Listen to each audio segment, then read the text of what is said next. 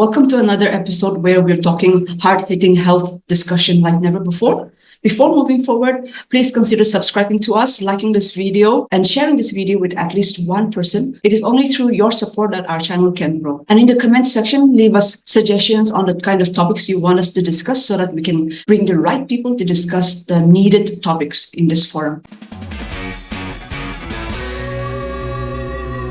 There is a mushrooming of sexual abuse, rape, and sexual assault cases from all parts of the country. This is quite alarming. We want to bring to you what it feels like for a survivor. We're going to lay down the definitions of sexual assault, rape, and sexual abuse, and how it affects an individual. Trauma is not about what happens, but it's about how you perceived it happened. Trauma is not really the action that was perpetuated against the survivor, but it's about how they took that experience. Trauma can live on in the body, in the mind, and in the spirit. Joining me today is Dr. Meghna Varma, who is known for her work in this field. She has got an MBBS and an MS. She also has a degree in psychiatry, and she's actively helping a lot of survivors through her clinic, Holistic Mind Clinic. She also has co-authored a book called Mind Sutra with Dr. Shefali Gupta. Her approach to mental health issue is evidence-based, is multimodal and multidisciplinary. We are so happy and delighted to have you, Dr. Meghna. Thank you for joining us. Thanks, Tammy, for this platform and the opportunity to talk about something which is very, very close to my heart. Pleasure. So to start with, I think it would be very helpful to clarify some terminology. We often hear terms like sexual assault, sexual abuse, rape, sexual harassment.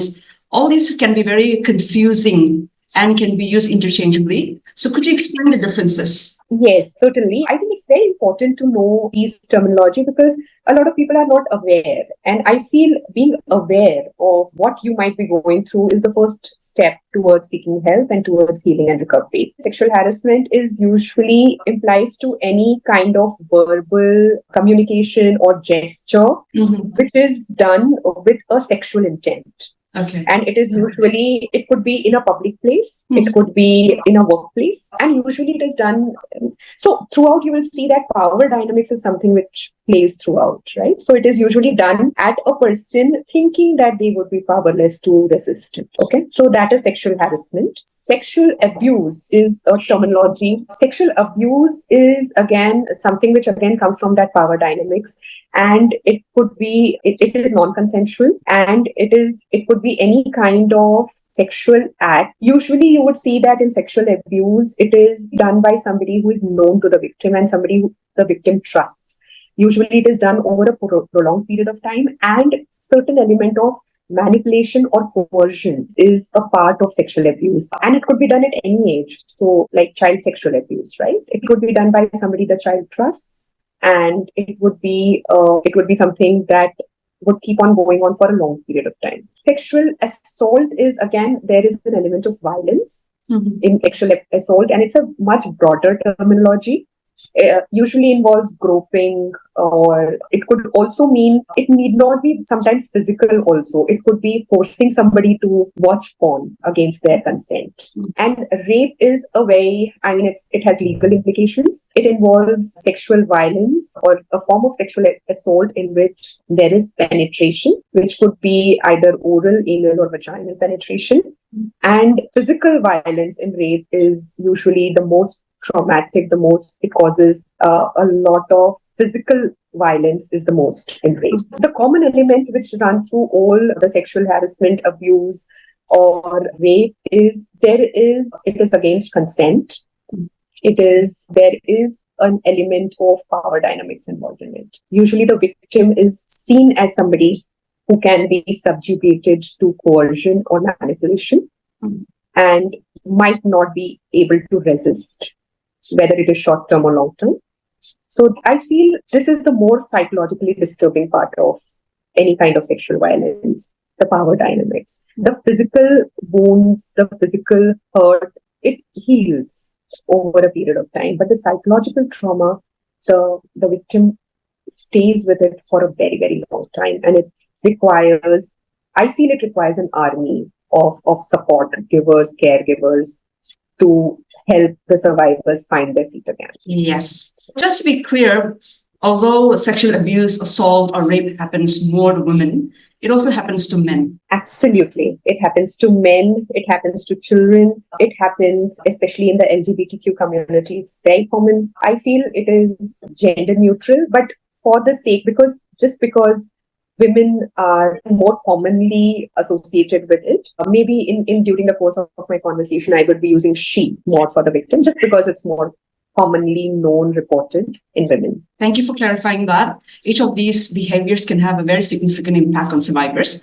Can you tell us more about the psychological effects that survivors can experience? Absolutely. I think the most common element is the shock of it and confusion. Often there is guilt. So I remember, a little bit of self-disclosure here. I remember traveling in a public transport as maybe a eighth grader or a ninth grader. And in the bus, a man who was standing behind me started groping. And in full public view, right? And I'm just a teenager, 13, 14-year-old. And the first reaction is confusion, shock of it. And then I kind of tried to push him behind, but it was a very crowded bus. And he just made it appear as if, it's because it's crowded, he's just, he happens to touch me kind of thing. And then while seeking help, my father was towards the end of the bus because of the crowd. So I tried to kind of reach out to him, couldn't. So I just looked around and tried to reach out to a lady who was sitting. I was standing and the lady was sitting beside. And I just tried to kind of reach out to her, but she chose to look the other way. And when that happens, I think that leaves you with a lot of confusion, becomes manifold. And I feel that leaves you with a lot of guilt and shame. With maybe it was maybe it is not something that you need to, kind of tell people or reach out to. So I think this is pretty common across the spectrum, though I am describing a case of harassment which happened in public place.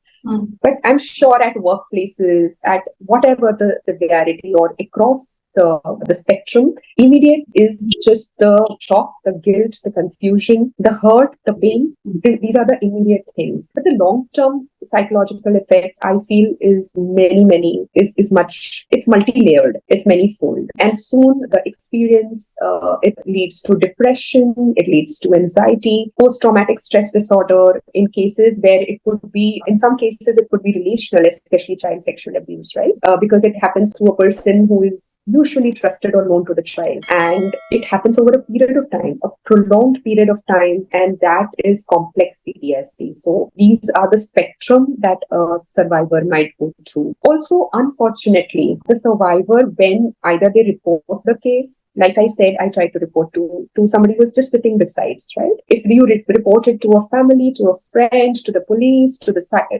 sometimes even to the medical fraternity, or maybe you take it to the judicial system, just reporting and recounting the trauma. It's almost like reliving the trauma. It becomes so real, not just the event, but reliving it multiple times also compounds on the depression, anxiety, and the trauma.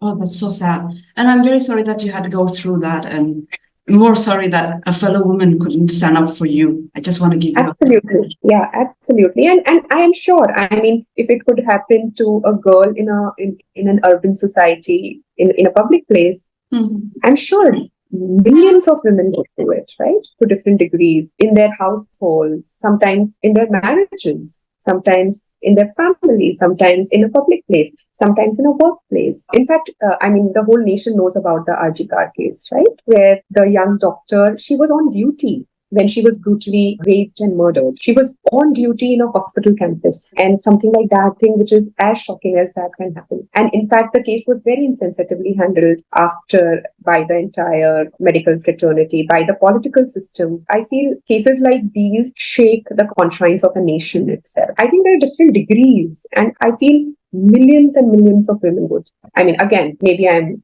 being a little gender biased here, but millions and millions of people go through it. That's so true. Yeah, and the case is very damning for us women, the case unfolding at the moment. Coming back to our conversation, you mentioned post-traumatic stress disorder. Yes. What does a survivor feel when they go through that? Could you explain to us? Yeah, post-traumatic stress disorder is characterized by flashbacks, nightmares. It's almost like though the trauma is over, the victim, the survivor, keeps on reliving the trauma as if it is real. And the nervous system responds to the trauma as if it is real. So it is characterized by flashbacks, nightmares, a lot of anxiety which is associated with it. And the victim is not able to move on, though the victim or the survivor is back to a safe environment. Yet they are not able to move on. They are not able to trust the safe environment anymore. And a lot of survivors of PTSD they stop doing well emotionally. Emotional regulation is an issue. Anything that reminds them, it could be a visual trigger, it could be a memory which acts as a trigger, it could be a sound, a smell, anything can trigger them into emotional dysregulation. So when they're triggered, they go back to that place where they were abused and they relive that trauma. Yes, absolutely. Beyond a point, especially in cases of, like I said, complex PTSD, where the trauma has been prolonged and probably relational, then in those cases, in fact, sometimes the survivor is not even able to identify the trigger. They just have these meltdowns. They just start crying or become emotionally dysregulated without even knowing what triggered them. So they are reliving the emotions and probably not even the event. They just keep on reliving that emotion again and again. And that can be very confusing, right? Absolutely. And that kind of disturbs them in every aspect of their life. Like in psychology, we say there are three aspects to every human being: the personal, professional, and social, and the spiritual part as well. I feel this is where the trauma destroys a person, not just at a personal level, where they are going through a lot of guilt, shame, anger, hurt, hatred, mistrust towards the world. At a professional level, they are not able to concentrate on their work. Usually it is found that PTSD survivors can't hold a job for a long time. And they keep on switching jobs. They can't kind of move ahead in their jobs, which happened to a lot of war veterans. Once they are back, they are given good jobs. Because the country feels obligated towards them. So they are given good jobs, but they are not able to do well either in their family life or in their professional life. And in their social lives, you don't want to meet people. You want to remain isolated. And even in that isolation, it's almost like something is crawling inside your skin all the time, the restlessness, the trauma. And that is why I always say that I feel trauma just not lives in your mind, it lives in your body as well. It lives in your physiology as well. So sometimes even when you're not revisiting the trauma, your body is just responding to the trauma. And that is how, especially witches of sexual nature, can destroy your personal, professional, social, and somewhere even your spiritual life. It's like depression, hota hai, anxiety, then you've got PTSD, then you've got a level of dissociation with reality. That's absolutely. Absolutely. So I feel that dissociation is like a loss of connection. Yes.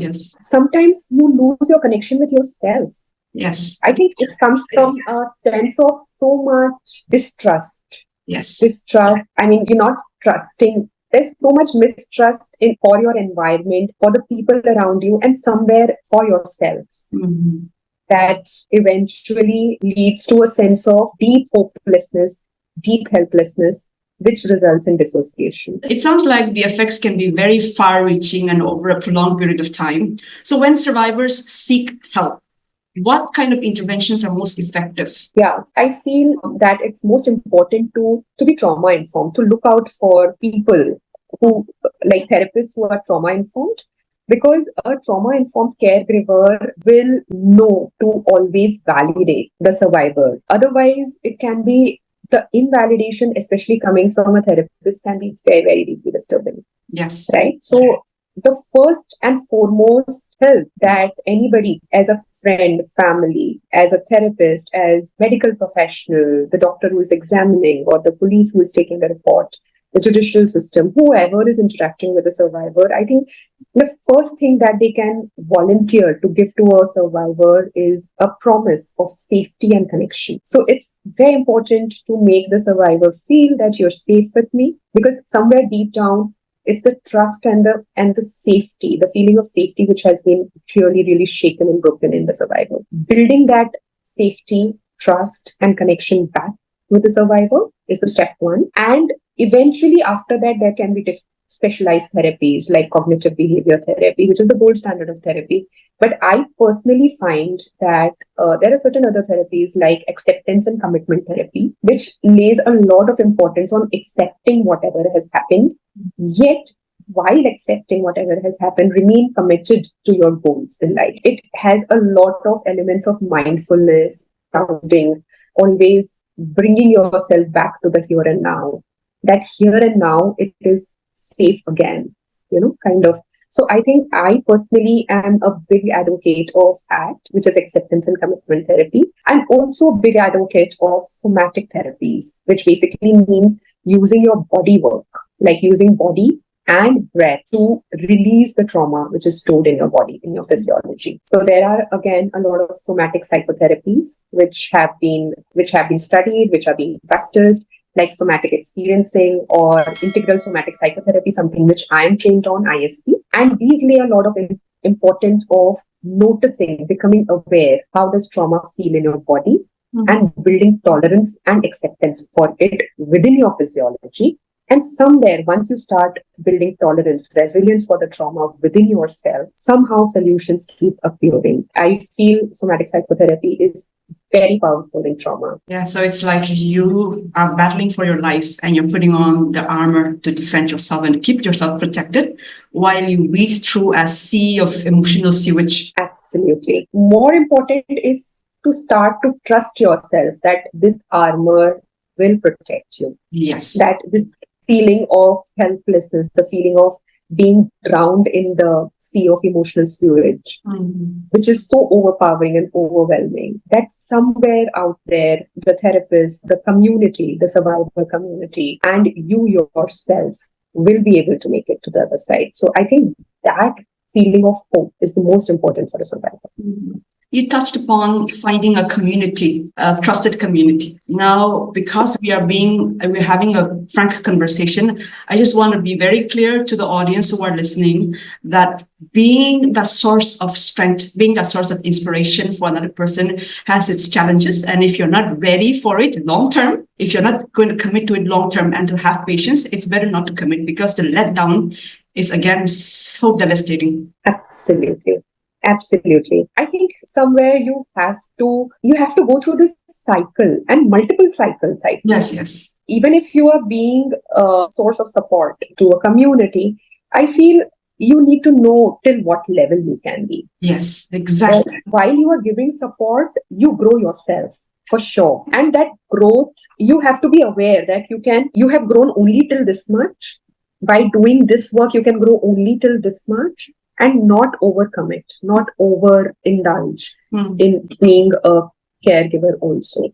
So it's okay to acknowledge that you can't do everything. And it's okay to say, remain committed to only specific things. So I think that is also very important. Yes. I've heard about holistic approaches that is beneficial for trauma work. Can you explain how these methods might be used? Something that I have been trying to research and propagate is use of yogic techniques. Use of breath work, use of body scan. And I have kind of shortened it down or enlisted 10 techniques from yoga that I feel can be very powerful in self-regulating, especially because PTSD is about emotional dysregulation. And these techniques help you regulate your own emotions, like the armor that you said, right? So these 9 techniques are those armor that help you believe in yourself that yes, the power is with you and you can. It empowers you to swim through that sea of emotional distress. So these 9 techniques, I have made an acronym of it, which is called Be a Mover. E is breath work and body scan. E is emotional freedom technique. It's a particular technique which has been well researched and it's called EFT or emotional freedom technique. A is for acceptance and commitment therapy, which I just spoke about. Accepting whatever has happened while remaining committed to live a full life. So that is ACT. M is mindful movements. O is observing self. V is visualization techniques. E is embodied journaling techniques. And R is rhythm, sound, and music. And using different elements of all of these, visualization techniques, music and rhythm, body scans and breath work, using all of these, I have come up with something that I encourage not just trauma victims, but anybody who's going through anxiety and depression, because these are techniques which are very powerful powerful for self-regulation. The only thing is that need to be practiced regularly. Yeah. So, yeah. And I need to invite you for another expansive talk about Be a Mover. Oh, I would love to do that. So, Be a Mover is something that I'm trying to teach so that if people learn it, I mean, you could probably be your own therapist, at least for the distressing moments till you reach a therapist. So, yeah. And we have to be realistic, right? I mean, if you have gone through abuse, then you have to work on it yourself to a very large extent. You might have help from psychologists, psychiatrists, but you have to be willing to put in the hard work. Absolutely. I think without taking the self-responsibility of self-care, I think it doesn't go anywhere. So a lot of people do come in with a victim attitude. And I think this is somewhere I had read this in a book by a psychologist called Edith Eva Eger. And she's like, she had gone through the concentration camp and abuse of all sorts. And she said that there is a difference between being a victim and a survivor. Yes. And I think this is the crucial difference that you're just talking about. Taking responsibility and taking responsibility of care for yourself is the crucial difference between being a victim and a survivor. So it's great to hear about these different approaches and these new teachings that you're showing people. For someone who has experienced sexual harassment or abuse or assault, but hasn't sought help yet, would you like to give any advice? Yeah. So I think a lot of people don't seek help because either they are going through their own shame and guilt, they're confused, or maybe because it is being reiterated by the immediate family or friends that best to keep it hush-hush and not really speak about it. However, I think my advice to them would be anything that feels wrong is wrong. And I always tell my patients that emotions are always valid. Maybe your action or your behavior might not be, but whatever you feel, the emotion is just a signal. Your anger, your hurt, your pain, anxiety, sadness, these are just signals telling your body, telling your mind, hey, there's something wrong, notice it. And if you're going through it, it is very important that you validate it, you acknowledge it and seek help. There are a lot of people, there are communities, there are very, very empathetic, trauma-informed care providers, and seek help. Again, we teach children usually about this, that note 5 people that you would like to inform in case. We teach children about good touch, bad touch, right? And then we teach them that note down 5 people in your circle that you would want to inform about anything if anything like this happens. And if the first person says no or does not listen to you or neglects you, go to the second. Second person also does not go to the third. And this is what I would want to say even to the adult victims of sexual violence.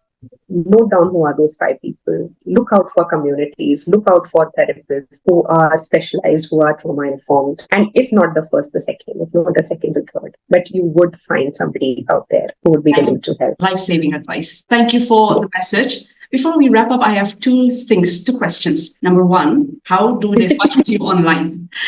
Number 2, is there anything else that you would like to add to our conversation? I'm on Insta at Dr Meghna at Holistic Mind Clinic. That's my Insta handle. But it's easier to reach me over a phone. So maybe you can put the phone number in the Dropbox or my website is www.holisticmindclinic.com. Awesome. Well, thank you so much for sharing your wonderful insights today. To our listeners, if you or someone that you know has experienced sexual harassment, abuse, or assault, please do not hesitate to seek help. You don't have to face it alone. If you don't have anyone else around you, I'll be sharing Dr. Meghna's information on the video so you can reach out to her directly. Yeah, and one thing I would want to add, Jamie, was that the journey is very long and it has its ups and downs. It's not a linear curve as well. It will be like down, sometimes 2 down, 2 up. Yes, but over a period of time, you would find that you are in a much better place than where you started. Hugs to you, Dr. Meghna. Thank you so much. Thank you. Thanks, Jamie. This has been a pleasure. Mine too. Thank you. We at Subak Health Tech are so indebted to you and will continue spreading more messages in the future. Thank you. Thanks, Jamie. Bye-bye. Bye. Bye-bye.